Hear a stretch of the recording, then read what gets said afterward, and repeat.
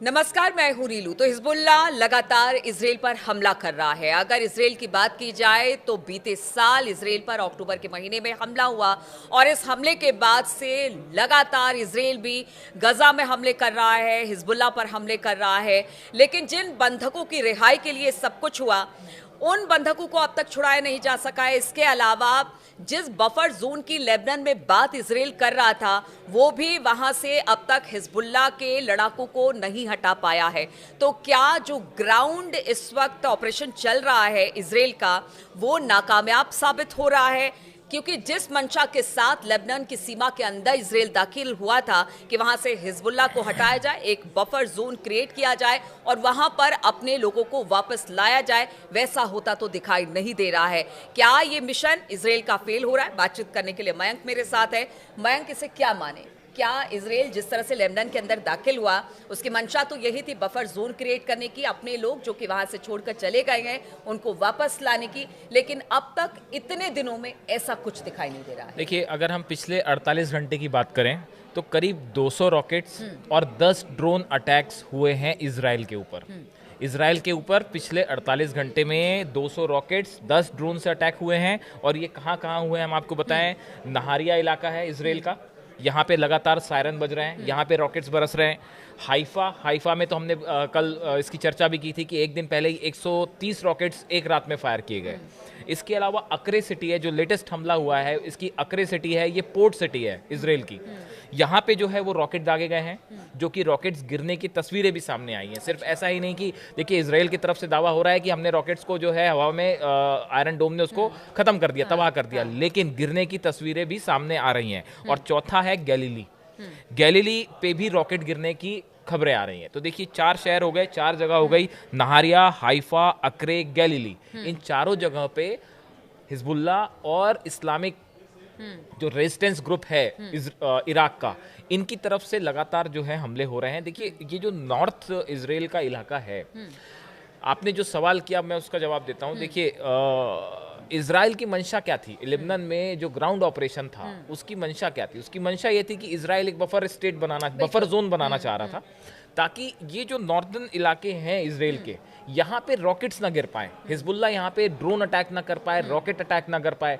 लेकिन आप देखिए, नहारिया, हाइफा, अक्रे, गैलीली, 1 महीने से इजराइल का ऑपरेशन चल रहा है, लेकिन उसके बाद ग्राउंड फोर्सेस अंदर है। कई जगह तो 100-100 किलोमीटर अंदर पे जो है वो ऑपरेशन कर रहा है इजराइल। लेकिन उसके बाद भी आप देखिए कि लगातार जो है वो रॉकेट्स बरस रहे हैं और 200 रॉकेट 48 घंटे में फायर हो जा रहे हैं इजराइल के ऊपर। तो अब सवाल ये है, इसमें ये सवाल उठ रहा है कि ये जो ग्राउंड ऑपरेशन है, इसके पीछे जो उद्देश्य था इजराइल का, क्या वो हासिल नहीं हो पा रहा है? देखिए, कल भी आपने मुझसे सवाल पूछा था, क्या ये इजराइल का ऑपरेशन फेल हो गया? हाँ। तो देखिए, इसमें जवाब जो है वो फेल हुआ या नहीं हुआ, ये तो आगे थोड़ा पता चलेगा। लेकिन इस वक्त की अगर आज की बात की जाए तो इजराइल का जो मिशन था, जो उसका उद्देश्य था, वो आज की डेट में तो कम से कम पूरा नहीं हो रहा। उद्देश्य तो बंधकों को छुड़ाना भी था, उद्देश्य बफर जोन बनाना भी था, उद्देश्य तो बहुत सारे हैं, लेकिन उसमें फुलफिल होता कुछ दिखाई नहीं दे रहा। 6 बड़े मेरे को जो हमें समझ में आ रहा है ये पूरा, खासकर हम अगर लेबनान में ग्राउंड ऑपरेशन की बात करें, आप देखिए 6 बड़े चीजें हैं जो बड़ी नोटिस करने वाली हैं। एक तो पहली चीज ये है कि जो एयर डिफेंस सिस्टम है इजराइल का, वो देखिए पिछले कुछ 1 महीने के अंदर लगातार इस तरह की खबरें आ रही हैं कि एयर डिफेंस फेल हुआ, रॉकेट्स अंदर गिर गए, ड्रोन को नहीं रोक पाया। ये खबरें पहले नहीं आती थी। आजकल आप देखिए, उठा के देखिए, हम वहाँ के जो अखबार हैं इजराइल के, अगर उनको भी आप पढ़ें, जो न्यूज़ एजेंसीज हैं, हम उनका माइन्यूटली हम अध्ययन करते हैं, रोज पढ़ते हैं कि कहाँ से क्या खबरें आ रही हैं, उसके बाद हम अपने दर्शकों तक ये बात ले जाते हैं। तो देखिए, अब कंपैरेटिवली इस तरह की खबरें ज़्यादा आने लग गई हैं कि आयरन डोम फेल हो गया, रॉकेट अंदर गिर गया या ड्रोन से हमला हो गया। तो पहली चीज़, एक तो एयर डिफेंस सिस्टम पे लगातार अब भी सवाल उठ रहे हैं इजराइल के। दूसरा, रॉकेट से हमले अब भी जारी हैं। इजराइल का मकसद ये था कि हिजबुल्ला की तरफ से जो अटैक हो रहे हैं, रॉकेट अटैक, इन्हें किसी भी तरह रोका जाए। हिजबुल्ला के जितने ठिकाने थे वो तबाह किए गए, हथियारों के जो डिपोज थे वो तबाह किए गए, लेकिन उसके बाद भी रॉकेट अटैक अब भी जारी हैं। और खुद आईडीएफ कह रही है अपने रिपोर्ट्स, जो हमने कल बताया कि जो है 4 गुना हमले बढ़ गए पिछले अक्टूबर के महीने में। तो ये आईडीएफ का कहना खुद है, हमले रॉकेट से जारी हैं। ड्रोन्स जो है वो, आप हमेशा ड्रोन का जिक्र करती हैं, ड्रोन तो एक बड़ी समस्या बना ही हुआ है। ड्रोन तो कब एंटर कर जाए और उसको जो है सिस्टम नहीं रोक पा रहा है, तो ड्रोन अटैक जारी है। चौथी जो बड़ी चीज़ है कि देखिए हिजबुल्लाह को बड़ा नुकसान हुआ है, इसमें कोई शक नहीं है। हथियार उसके तबाह हुए, टॉप लीडर्स मारे गए, लेकिन उसके बाद भी लगातार ड्रोन और रॉकेट्स की सप्लाई, हथियारों की सप्लाई अब भी हिजबुल्लाह को हो रही है।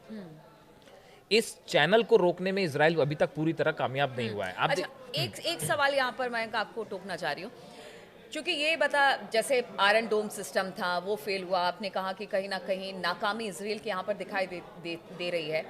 क्या हम ये मान के चले कि जो चौतरफा हमले हो रहे हैं और ख़ास तौर पे एक कैपेसिटी होती है किसी चीज़ की, क्या उस कैपेसिटी आयरन डोम के ख़त्म हो गई तो थाट आया, थाट में भी कहा गया कि बहुत ज़बरदस्त तरीके से काम नहीं कर रहा, वहाँ पर भी चीज़ें दिक्कत, तो क्या ऐसा भी हो सकता है कि वो सारी चीज़ें भी यहाँ ये पर आपके मन में जो सवाल है, हाँ। ये बहुत सारे लोगों के मन में सवाल हाँ। है। देखिए आयरन डोम, पहले एरो सिस्टम है, एरो 2, डेविड स्लिंग, उसके बाद आयरन डोम, उसके बाद थार्ड, ये 4 सिस्टम लगे हैं डिफेंस।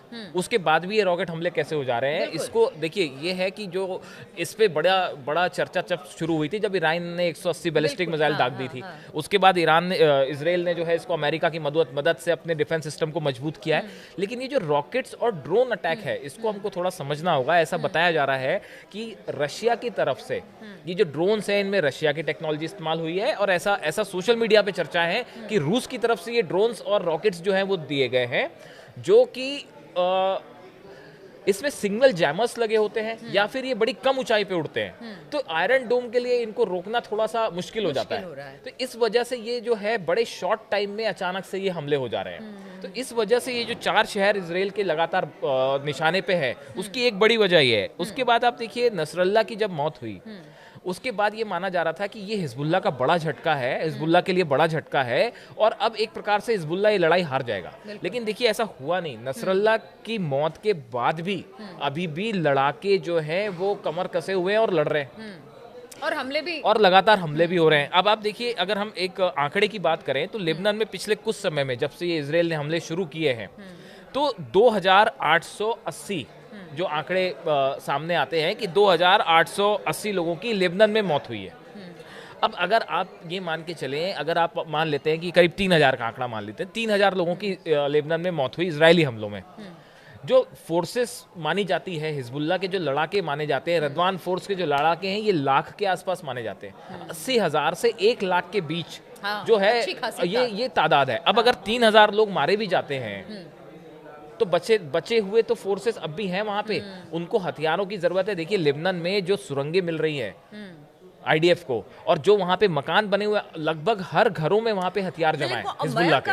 गजा में भी सुरंगों ने बड़ी दिक्कत पैदा की थी इजरायली सेना के लिए, और अब हिजबुल्लाह यानी कि लेबनान के आसपास भी हमने देखा है किस तरह से हिजबुल्लाह ने पूरा नीचे अंडरग्राउंड सुरंग बना रखा है। ये एक बहुत बड़ी चुनौती है इजरायली सेना के लिए। इसीलिए ये जो ग्राउंड ऑपरेशन जो आप कह रहे हो, आप बिल्कुल सही कह रहे हो, यही वजह है कि ग्राउंड ऑपरेशन पूरी तरह से तुरंत सक्सेसफुल नहीं हो रहा है। और ये हालात वैसे हो रहे हैं अफगानिस्तान वाले जैसे हालात है, क्योंकि इन सुरंगों के ऐसी बहुत सारी सुरंगें हैं, ऐसे बहुत सारे घर हैं, ऐसे बहुत सारे ठिकाने हैं जहाँ पे अब भी हथियार हैं, जो इजराइल की फोर्सेस को उन्हें खोजना है, उन्हें तबाह करना है। उसके बाद जिस भी जगह पे अगर इजराइल की फोर्स कहीं पहुंच भी जा रही है, वहां पे होल्ड करना मुश्किल है, क्योंकि जो लड़ाके हैं वो हमने कल चर्चा की थी कि जो है छोटे छोटे ग्रुपों में बल्कि गुरिल्ला वॉर अटैक कर दे रहे हैं। तो ऐसी स्थिति में ये ग्राउंड ऑपरेशन तो मुश्किल है ही। अब देखिए सिर्फ यहाँ ऐसे ही नहीं, कल खबर आई कि सीरिया का बॉर्डर क्रॉस करके जो है वो सीरिया के जो गोलन हाइट्स इलाका है, वहाँ पे भी ग्राउंड ऑपरेशन किया है। सर्जिकल स्ट्राइक कहा जा रहा है कि सर्जिकल ऑपरेशन किया है इजराइल ने,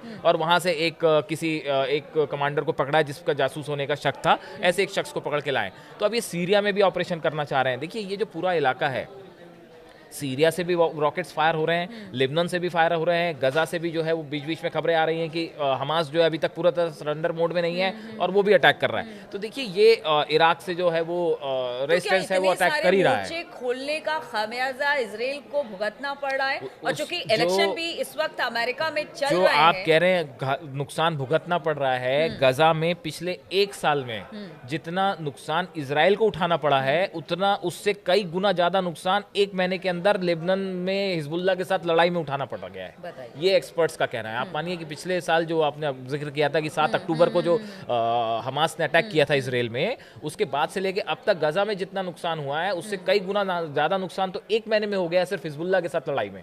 तो अब देखिए ये जितने प्रॉक्सीज हैं ईरान के, ये एक बड़ी चुनौती बने हुए हैं। बिल्कुल, तो एक बड़ी चुनौती इजराइल के लिए बने हुए हैं। इजराइल को अच्छा खासा नुकसान हो रहा है। जिस मंशा के साथ इजराइल ने गजा पर या हिजबुल्लाह पर हमला किया, उसे अब तक अचीव नहीं कर पाए। यानी हम बात कर रहे हैं उनके बंधकों को छुड़ाने से लेकर लेबनान में बफर जोन बनाने तक। अब इसके बाद इजराइल किस तरह से आगे बढ़ेगा, किस तरह से हिजबुल्लाह और गजा की तरफ से भी लगातार अटैक हो रहे हैं, उस पर भी हमारी नजर बनी रहेगी। आप बने रहिए हमारे साथ।